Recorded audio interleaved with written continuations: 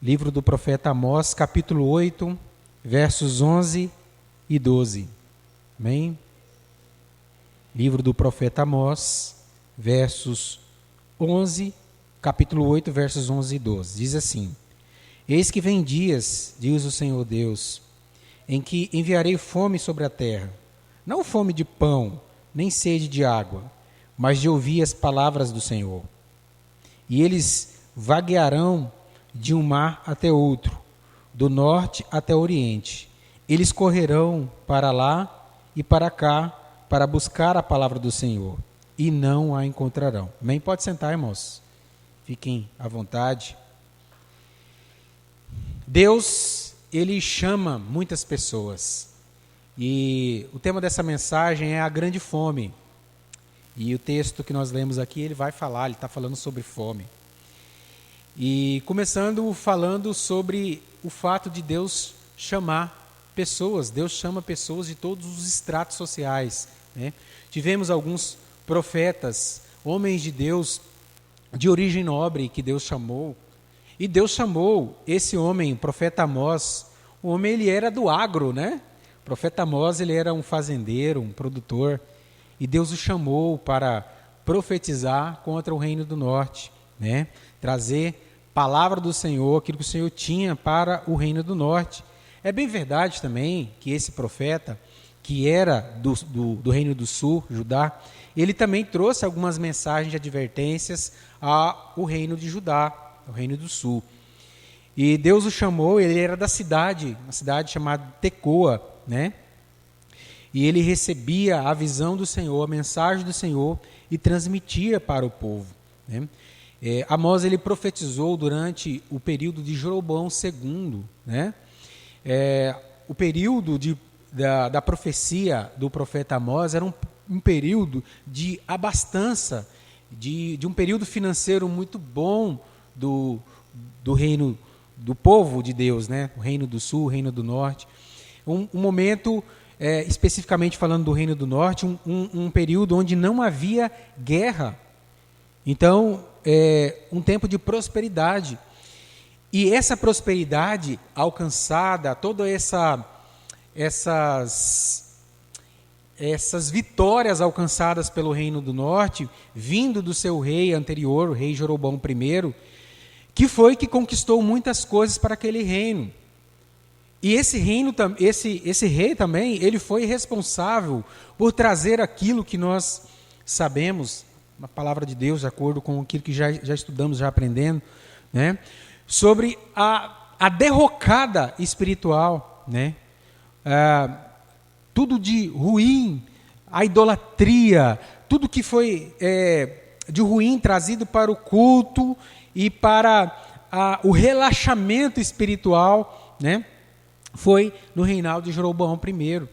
Foi quando houve a divisão do reino do norte e o reino do sul, né? E Jeroboão, ele se aliançou com as outras tribos e ele ficou ali estabelecido como o reino do norte, né? E o filho de Salomão ficou, na época, como o rei do sul.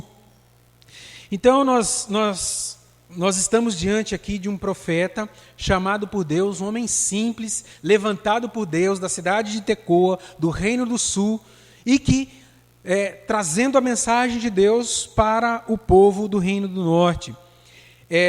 A situação, o período e a situação que o povo enfrentava, né, o pecado que estava sendo denunciado pelo nosso profeta, era alguns pecados como as profundas desigualdades sociais, era um dos pecados, né?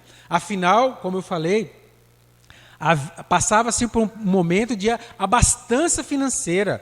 Eles estavam com seus lagares, com seus celeiros cheios, com seus bolsos cheios de dinheiro, né? E, ao mesmo tempo, o povo, ele não olhava com carinho as questões sociais, aquilo que estava acontecendo no meio do povo de Deus. As pessoas sendo injustiçadas pelos seus direitos, né? As pessoas não sendo retribuídas da forma correta, e tudo isso o povo de Deus olhando e não trazendo a justiça de acordo com aquilo que a lei de Deus estabelecia. Uma corrupção social também, né? Vemos isso também durante a profecia do nosso profeta, corrupção religiosa, né? Vemos aí a idolatria, né? O levantamento de ídolos. O próprio Jeroboão I foi aquele que estabeleceu, inclusive, o bezerro de ouro para ser adorado, né? Uma vez que, segundo ele já, na mente dele, ele sabia que a glória de Deus, que a adoração verdadeira de Deus estaria no Reino do Sul, em Judá. Então ele tinha essa preocupação em trazer alguma coisa para o povo fixar e se adorar. E quando ele estabelece o culto ao bezerro de ouro, as elites elas desfrutavam de um luxo, né, muito grande. Havia essa opressão aos pobres, né? Pode ser até que alguns, quando ouvem essas palavras, né, até pode estar falando, não, mas isso aí tem a ver com a política, né, de hoje, tudo aquilo que nós vemos. Não, o profeta já denunciava isso. Prova que a palavra de Deus, prova que a Bíblia, ela é atemporal. Ela é atemporal. Ela não está ligada a um período específico, né? Se hoje nós temos as vozes daqueles que se dizem justiceiros sociais e trazem essas pautas, a Bíblia já trazia isso, os profetas de Deus já traziam essas pautas, já traziam esses assuntos à baila, coisas que já estavam acontecendo no meio do povo de Deus. Para provar também que o povo, o ser humano, em todas as épocas, o pecado que veio desde o Éden, né, que veio trazido pelos nossos pais anteriores, por Adão e Eva, ele é o pecado que corre no meio de toda a linha da história e nós vamos vendo os resultados. Então, não é o século XX, o século XIX, o século XXI, somente o século onde há as desigualdades, os problemas sociais. Eles existiam já na época também do profeta. E aqui, o Senhor trazendo de forma maravilhosa, por meio do seu profeta, a luz daquilo que estava acontecendo e aquilo que precisava o povo se arrepender. A religião estava corrompida com idolatria e rituais vazios, substituindo a verdadeira adoração a Deus. Então, parece que nós estamos, como o pessoal fala por aí, né, é um déjà vu. Esse filme nós já assistimos antes, né? Nós, como povo de Deus, nós, quando vemos toda essa luta, essa discussão em todos os tempos aí, nós já estamos vendo isso desde muito tempo, porque a Bíblia ela já revela isso. A palavra de Deus ela já coloca às claras todas as coisas, né? E ela já estabelece tudo. Então, esse era o contexto que nós vivíamos aqui. Então, aqui no verso 11, nós vemos o aviso do Senhor por meio do profeta, né? Diz o Senhor: eis que vem dias, diz o Senhor Deus, em que enviarei a fome sobre a terra, não fome de pão, nem sede de água, mas de ouvir as palavras do Senhor. De acordo com Benson, houve vários profetas e oportunidades abundantes de se ouvir a palavra do Senhor. Nós vimos isso, nós já fomos, pela palavra do Senhor, nos alertados e vendo que a história de Israel ela está sendo escrita e o tempo foi passando, mas durante aquilo que ia acontecer com o povo de Deus, Deus já vinha fazendo alerta. E o próprio profeta Amós, ele profetiza por volta do ano 760, por aí, mais ou menos, o ano em que ele já trazia a profecia. E o povo de Deus foi levado para o cativeiro em 605. Então Deus já vinha alertando de forma reiterada, né? E outros profetas falaram, e profetas que falaram antes desse exílio, do povo ser levado cativo, como Jeremias, que profetizou antes do exílio e depois e durante o exílio, né? Então, o povo de Deus ele não estava desavisado, né, daquilo que o Senhor estava trazendo, né, como revelação, como aquilo que ele ia fazer, caso o pecado consistisse. E foi exatamente o que aconteceu. né? Deus, a tempo e fora de tempo, eles tinham o preceito sobre preceitos, tinha as regras do Senhor, né? O profeta, a profecia que era trazida para o povo, ele era o pão de Deus para aquele povo, né? E eles ignoravam. E eles ignoraram, assim como o povo ignorou o maná no deserto. Assim como o povo não fez caso do maná do deserto, aqui também nós vemos o povo de Deus mais uma vez ignorando aquilo que o Senhor estava falando. Amados irmãos, uma vez, eu sempre conto essa história, uma vez, numa escola bíblica, uma irmã, ela pegou e falou assim, olha, o povo de Israel é um povo de coração muito duro. Nós não, graças a Deus, nós somos bem melhores, né? Será que aquela irmã estava falando de forma séria, né? Na época ela falava de forma muito séria, convencida de que ela era melhor do que o povo da antiga aliança, de que ela sim tinha um coração bem nutrido, um coração mole, um coração preparado para receber a voz de Deus e praticar a palavra de Deus. Sendo que quando nós olhamos para a palavra de Deus, nós vemos os mesmos erros, às vezes, do povo da antiga aliança, é o mesmo erro nosso. Nós somos colocados diante de manjares, de grandes banquetes da palavra do Senhor. E como tem sido o nosso posicionamento, como que nós temos recebido isso, né? Como tem sido a nossa resposta, na verdade, em relação a isso que nós estamos recebendo. Aqui o povo, ele, mais uma vez, assim como no deserto, ele também ignorando a voz do Senhor. O Salmo 74, quando Deus fala então para o profeta aqui, que haverá uma fome. Olha, Amós, esse povo não me ouve, esse povo me ignorou. Diante de tudo aquilo que está acontecendo, o povo decidiu não me ouvir. Não tem aquele lema que o pessoal fala, eu decidi esperar, né? O povo aqui, eu decidi não ouvir a voz do Senhor, né? Eles decidiram, nos seus corações duros e impenitentes, a ignorar aquilo que o Senhor estava falando. Olha o que diz o Salmo 74. Já não vemos os nossos sinais, já não há profeta, não há nem entre nós alguém que saiba até quando isto durará, né? Deus, ele se silencia diante disso. E aí eu fiquei pensando e lendo algumas coisas e fiquei pensando, quem pode fazer Deus falar? Se o próprio Deus, na sua soberania, no seu poder, na sua imensidão, decidiu não falar. E aqui nós vemos no Salmo que o salmista estava preocupado. Já não vemos mais sinais, já não há profeta, nem há entre nós alguém que saiba até quando isso durará, né? Então, foi algo que Deus falou de forma muito séria, e Deus não ia voltar atrás. Somente no tempo devido, Deus falaria com o seu povo. E seu povo estava, antes disso, acostumado com os manjares, ouvindo os profetas que falavam. E Deus chegou num tempo em que não havia arrependimento. Todos os pecados que nós já falamos aqui nessa noite, que o povo estava cometendo. E Deus resolveu se silenciar. O silêncio de Deus.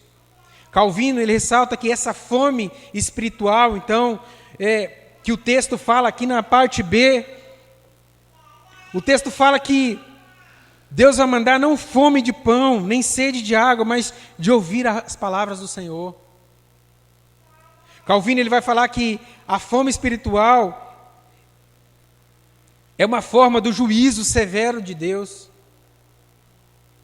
Deus, ele chegou no ponto em que ele não estava mais disposto a se colocar como voz para aquele povo naquele momento.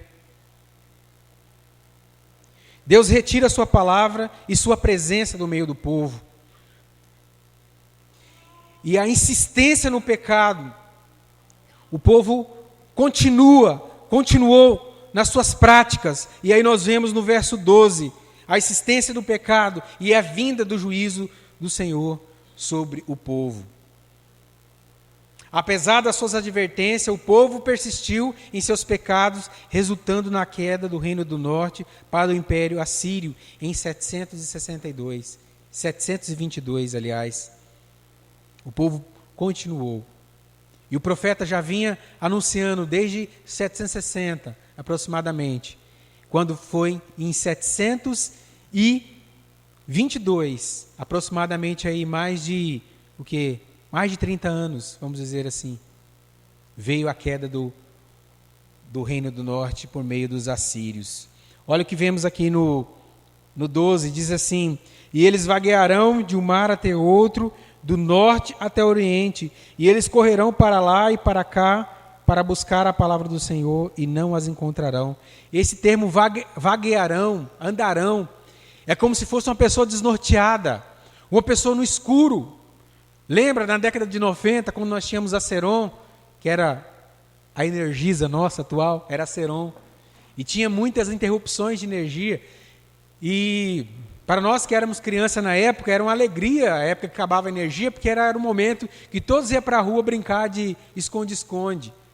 Mas, para muitos que precisavam pegar a estrada naquele momento, que andavam de bicicleta ou andavam de a pé, era terrível, porque você andava e você não enxergava nada.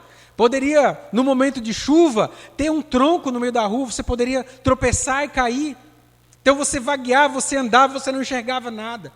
Assim é quando nós estamos sem a palavra de Deus como nosso norte, quando nós não temos a boca de Deus, quando nós não temos o fundamento da palavra de Deus para as nossas vidas, nós andaremos vagueando, nós tatearemos e não encontraremos, nós não teremos norte, nós não teremos princípios. Não é assim que o mundo anda? O mundo não tem princípios, então eles acham que tudo vale. Toda verdade, tudo que é dito é verdade para o mundo. Seja mentira ou verdade, para eles tudo é verdade. Cada um tem a sua opinião. Eles andam tateando. Eles andam às cegas. E assim também o povo de Israel. Eles andavam tateando, vagueando. Eles não tinham mais a palavra de Deus. Deus tinha se calado. Deus resolveu se calar. Eles decidiram não ouvir. E Deus decidiu em não falar. O silêncio de Deus, ele é amedrontador, amados. Eu estava pensando agora à tarde, falei, Senhor, às vezes nós vamos ouvindo a palavra de Deus, ouvindo os sermões, tendo acesso a várias coisas, a muito conhecimento da palavra de Deus, e às vezes precisa sair da cabeça e descer para o coração. Isso precisa gerar vida piedosa. Isso precisa gerar atitudes, isso precisa gerar algumas coisas para as nossas vidas, para o nosso próprio crescimento. E eu ficava pensando nisso essa tarde, sobre isso, sobre nós, missionários, à volta de Cristo, sede, Embratel, o quanto temos sido abarrotados. Estamos até obesos. E tanta comida boa que nós comemos. Às vezes não está tendo tempo nem para digerir. E Deus está mandando. Quem tem ouvido, ouça aquilo que o Senhor tem falado para nós. Glória a Deus que o Senhor tem falado conosco, amados. Aqui o Senhor passava por um momento de silêncio. E que nós vemos em Ezequiel 3, 26, diz assim: e eu farei que a tua língua se pegue ao teu paladar, e ficarás mudo, e não lhe servirás de repreendedor, porque eles são causa rebelde. Então Deus não deixou o profeta falar. Olha, profeta, você não vai falar. E esse povo está pecando contra mim, e esse povo não está com o coração inclinado ao arrependimento.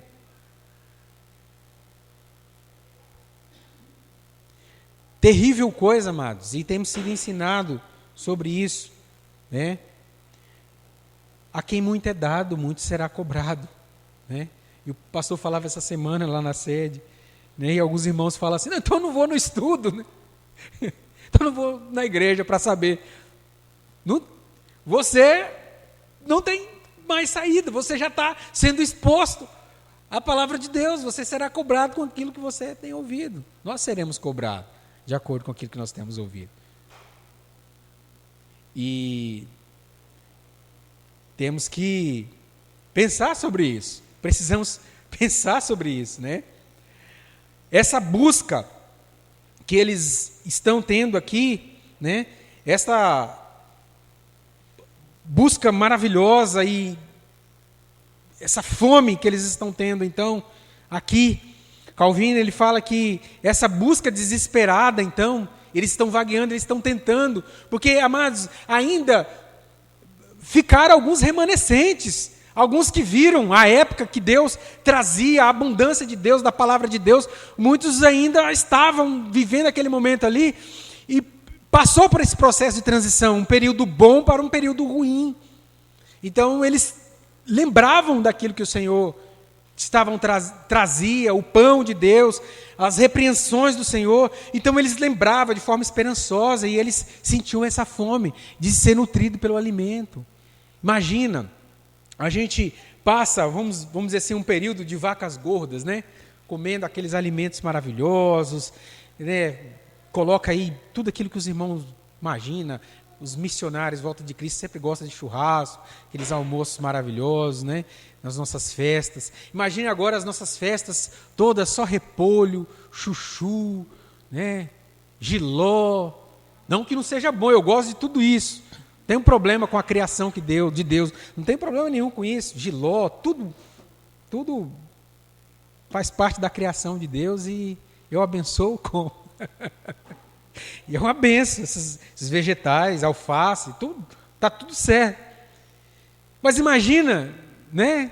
Deus passa um período que as nossas festas vai ser isso. Aí os irmãos lá da época do churrasco falam, rapaz, tinha um tempo, né? Que era tempo de churrasco, né? Coca-Cola, tudo maravilhoso.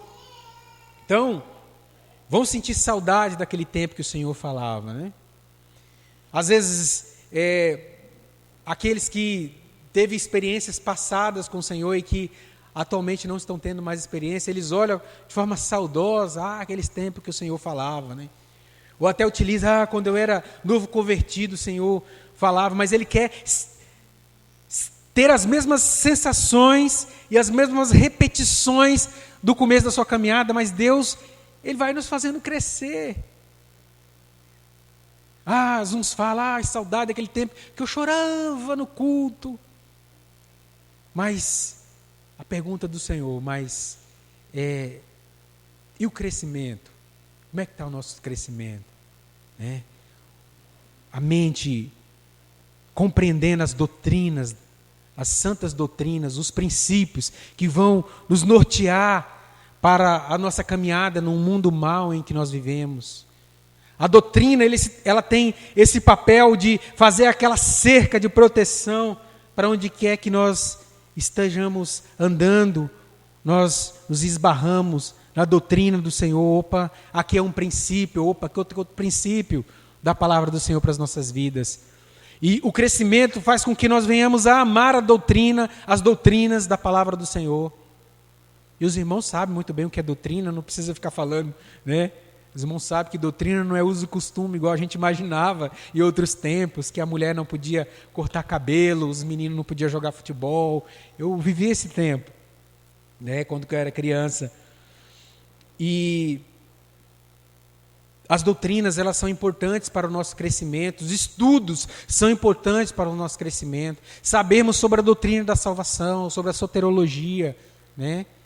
É importante para o nosso crescimento, saber sobre a doutrina de Cristo, o esvaziamento de Cristo. Olharmos lá para Filipenses 12, Cristo se esvaziando, se humilhando, e ao mesmo tempo sendo exaltado sobremaneira. É importante conhecermos isso para a nossa relação como igreja, para o nosso relacionamento. Então as doutrinas, elas são importantes. Então, O nosso crescimento espiritual, já foi falado aqui nessa noite, eles vão passando por etapas da nossa vida. Tem a ver com aquilo que nós já vamos aprendendo, tem aquilo relacionado com aquilo que nós vamos vivendo de experiência com a vida. Palavra de Deus, as experiências na vida, palavra de Deus, experiência com a vida, e nós vamos crescendo em glória, amados. Nós não somos pedras que ficamos parados do mesmo jeito, 30, 20 anos nós crescemos. Glória a Deus que Deus tem trabalhado na nossa vida, tem feito maravilhas, e é só por meio da exposição da palavra de Deus que nós vamos crescendo, né? Eu tenho uns parentes que eles gostam muito de louvor. Olha, se possível, eles ficam 24 horas ouvindo louvores. Não tem nada contra o louvor, gosto de louvor, mas assim, louvores bíblicos contêm a palavra de Deus, então você está sendo edificado. Glória a Deus que na Missionária Valde Cristo nós só cantamos hino bíblicos, então vamos sendo edificados. Mas chega a dar uma gastura, porque eles ficam o dia inteiro ouvindo louvor, você não vê eles ouvindo uma mensagem, uma pregação, lendo a Bíblia, colocando a Bíblia para ouvir. E eu falo assim, mas e diante das adversidades, como é que vai ser? Como é que nós vamos enfrentar? Nós precisamos do mocotó, né? Do caldo de mocotó, do caldão, precisamos disso, precisamos da Bíblia. Glória a Deus por isso, que a palavra de Deus tem sido exposta nesse lugar, e nós, graças a Deus, nós não temos esse problema. Para a nossa repreensão, tem sido utilizado e para a nossa edificação, e glória a Deus por isso.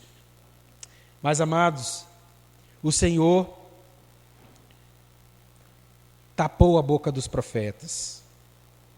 Então, para Calvino, essa busca deles desesperada era a tentativa, a volta do relacionamento com Deus, né? Demonstra a consciência dos pecadores, de sua necessidade espiritual e sua tentativa de encontrar alívio. No entanto, Calvino ele também observa que essa busca é em vão, pois o juízo de Deus, aquilo que Deus estabeleceu, Deus não ia voltar atrás. Amados, às vezes eu fico vendo o pessoal comentando, conversando, e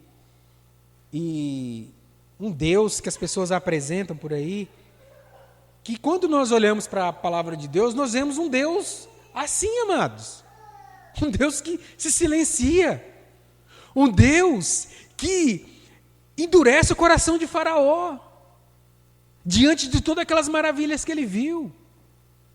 Um Deus que fala por meio de parábolas, que é para nem todos entenderem, conforme Jesus explicando lá para os apóstolos. Um Deus imenso, um Deus que nós vemos, e foi o que eu falei lá no retiro, que as batalhas que Israel batalhou, que o povo de Deus batalhou, eles em momento algum eram fortes para vencer aquilo, foi tudo Deus que venceu. Deus utiliza os absurdos, assim, vamos dizer, diante do mundo, olhando para que o mundo entende das questões, daquilo que, como se fosse sabedoria do mundo, o mundo olha para essas coisas e acha absurdos.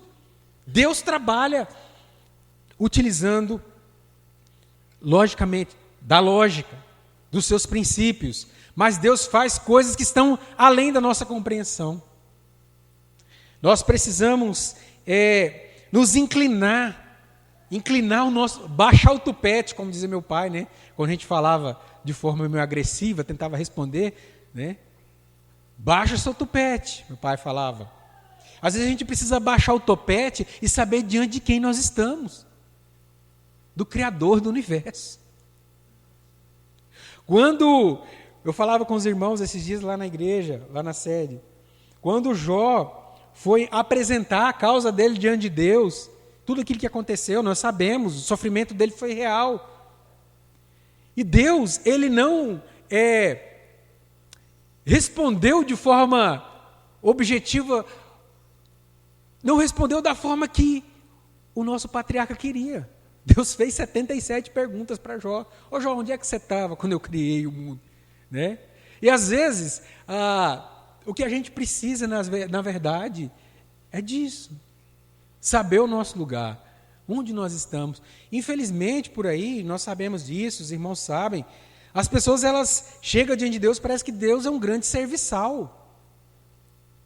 Que ele tem que fazer assim, Deus correr lá e atender. E parece que Deus está desesperado, que vai perder, que Deus perde. Deus não perde, momento algum. Nunca perdeu e nunca vai perder, amém? O nosso Deus é vencedor.